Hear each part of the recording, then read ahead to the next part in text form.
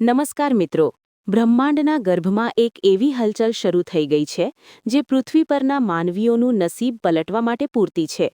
શું તમે ક્યારેય વિચાર્યું છે કે આકાશમાં ગ્રહોની એક એવી ચાલ પણ હોઈ શકે જે રાતોરાત શૂન્યમાંથી સર્જન કરી શકે? ફેબ્રુઆરીનો આ મહિનો સામાન્ય નથી. આ એ સમય છે જ્યારે કુંભ રાશિમાં ગ્રહોનો એવું જમાવડો થવા જઈ રહ્યો છે જે સદીઓમાં એકાદ વાર જોવા મળે છે. આજે આ વિડીયોમાં હું તમને એ રહસ્યમયી પંચગ્રહી મહાયોગ વિશે જણાવીશ જે તમારી કિસ્મતનું તાળું ખોલી શકે છે. આ વિડીયોના અંત સુધી જોડાયેલા રહેજો, કારણ કે કદાચ તમારી રાશિ એ 5 ભાગ્યશાળી રાશિઓમાંની એક છે જેના પર કુબેરના ભંડાર વરસવાના છે. જ્યોતિષશાસ્ત્રની દૃષ્ટિએ ફેબ્રુઆરી મહિનો એક મહાપર્વ સમાન છે. આ સમયગાળામાં કુંભ રાશિમાં ત્રિગ્રહી યોગનું નિર્માણ થઈ રહ્યું છે. જરા વિચારો, જ્યારે એક જ રાશિના ઘરમાં 3 શક્તિશાળી ગ્રહોનો સંગમ થાય ત્યારે તેની ઊર્જા કેટલી પ્રચંડ હોય. આ યુતિમાં બુધ, સૂર્ય અને શુક્ર એક સાથે બિરાજમાન થવાના છે. બુધ એટલે બુદ્ધિ અને તર્કનો સ્વામી, સૂર્ય એટલે આત્મા અને આત્મવિશ્વાસનો રાજા, અને શુક્ર એટલે સુખ, સાહ્યબી અને વૈભવનો કારક. જ્યારે બુદ્ધિ, શક્તિ અને સંપત્તિ એક બિંદુ પર ભેગા થાય ત્યારે તેને જ્યોતિષમાં રાજયોગથી પણ ઉપર માનવામાં આવે છે. આ ત્રણેય ગ્રહોની સંયુક્ત ઊર્જા તમારા જીવનના અટકેલા પૈડાને ગતિ આપવા માટે તૈયાર છે. રહસ્યની શરૂઆત 3 ફેબ્રુઆરીથી થાય છે, જ્યારે બુધદેવ કુંભ રાશિમાં પ્રવેશ કરશે. 4 થી 12 ફેબ્રુઆરી દરમિયાન વાતાવરણમાં એક અજીબ પ્રકારની સ્પિરિચ્યુઅલ એનર્જી વર્તાશે. આ એ સમય હશે જ્યારે તમારી વાણીમાં જાદુ હશે અને તમારા નિર્ણયો સચોટ પડશે. પણ આ તો માત્ર શરૂઆત છે. અસલી ખેલ તો 13 ફેબ્રુઆરીએ શરૂ થશે, જ્યારે સૂર્યદેવ કુંભ રાશિમાં પધારશે. અહીં રાહુ પહેલેથી જ હાજર છે અને સૂર્ય, બુધ, શુક્રના આવવાથી અહીં ચતુર્ગ્રહી યોગ રચાશે. રાહુ વિશે કહેવાય છે કે તે ભ્રમ પેદા કરે છે, પણ જ્યારે તે આટલા શુભ ગ્રહો સાથે મળે છે ત્યારે તે આકસ્મિક ધનલાભ અને વિદેશી તકોના દ્વાર પણ ખોલી નાખે છે. પરંતુ શ્વાસ અદ્ધર કરી દે તેવી ક્ષણ તો 23 ફેબ્રુઆરીએ આવશે. આ દિવસે સાહસ અને શૌર્યનો દેવતા મંગળ પણ કુંભ રાશિમાં પ્રવેશ કરશે. અને આ સાથે જ નિર્માણ થશે પંચગ્રહી મહાયોગનું. 23 ફેબ્રુઆરીથી 14 માર્ચ સુધીનો આ સમયગાળો ઇતિહાસના પાનાઓમાં નોંધાઈ જશે. 5 ગ્રહો સૂર્ય, મંગળ, બુધ, શુક્ર અને રાહુ જ્યારે એક સાથે એક જ ઘરમાં હોય ત્યારે તે પૃથ્વી પરના સત્તા પરિવર્તનથી લઈને વ્યક્તિગત જીવનના ભાગ્ય પરિવર્તનની ક્ષમતા રાખે છે. આ એક અત્યંત દુર્લભ અને પ્રભાવશાળી સંયોગ છે જેની અસરથી કોઈ બચી શકવાનું નથી. આ ગ્રહોના સંયુક્ત પ્રભાવને ઊંડાણપૂર્વક સમજીએ તો બુધ અને રાહુનો મેલ તમને ટેકનોલોજી અને શેરબજાર જેવા ક્ષેત્રોમાં અણધાર્યો ફાયદો કરાવી શકે છે. તમારી પ્લાનિંગ કરવાની શક્તિ એટલી પાવરફુલ બનશે કે દુશ્મનો પણ તમારી સલાહ લેવા આવશે. બીજી તરફ સૂર્ય અને મંગળ જ્યારે એકસાથે મળે છે ત્યારે તે અગ્નિ તત્વને પ્રજ્વલિત કરે છે.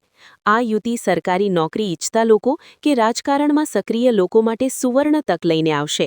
અને હા, શુક્ર ગ્રહની હાજરી ભૂલતા નહીં. તે તમારા જીવનમાં પ્રેમ, લક્ઝરી અને ભૌતિક સુખ સુવિધાઓનો વરસાદ કરશે. જો કે રાહુની હાજરીને કારણે થોડી માનસિક મૂંઝવણ રહી શકે છે, પણ જેનું મનોબળ મજબૂત છે તેને કોઈ રોકી શકવાનું નથી. હવે એ જાણીએ કે આ મહાયોગથી કઈ રાશિઓના નસીબ ચમકશે.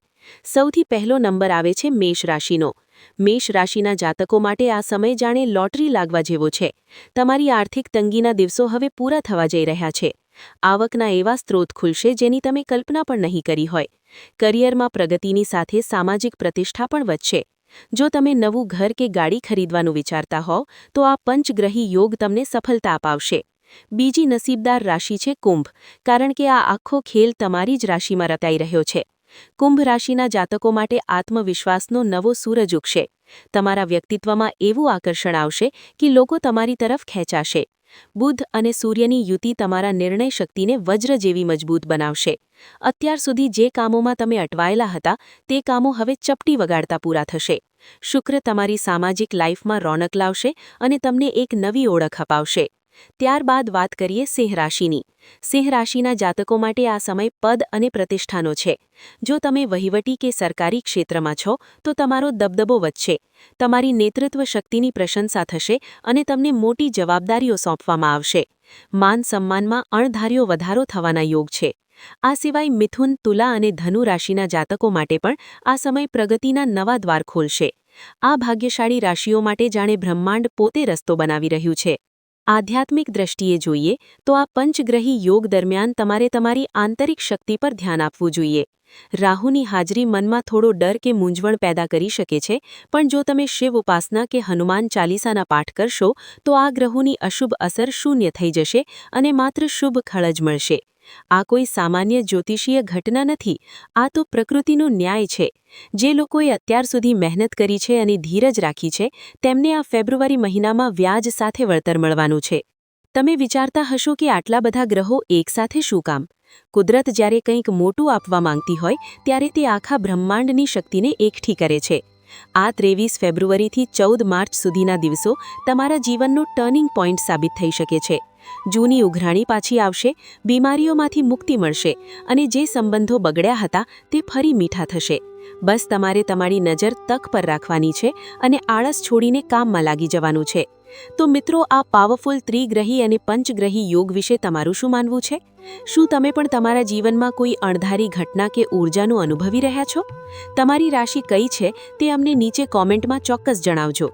જો તમારી રાશિ મેષ, કુંભ કે સિંહ હોય તો તૈયાર થઈ જાઓ એક અદ્ભુત સફર માટે.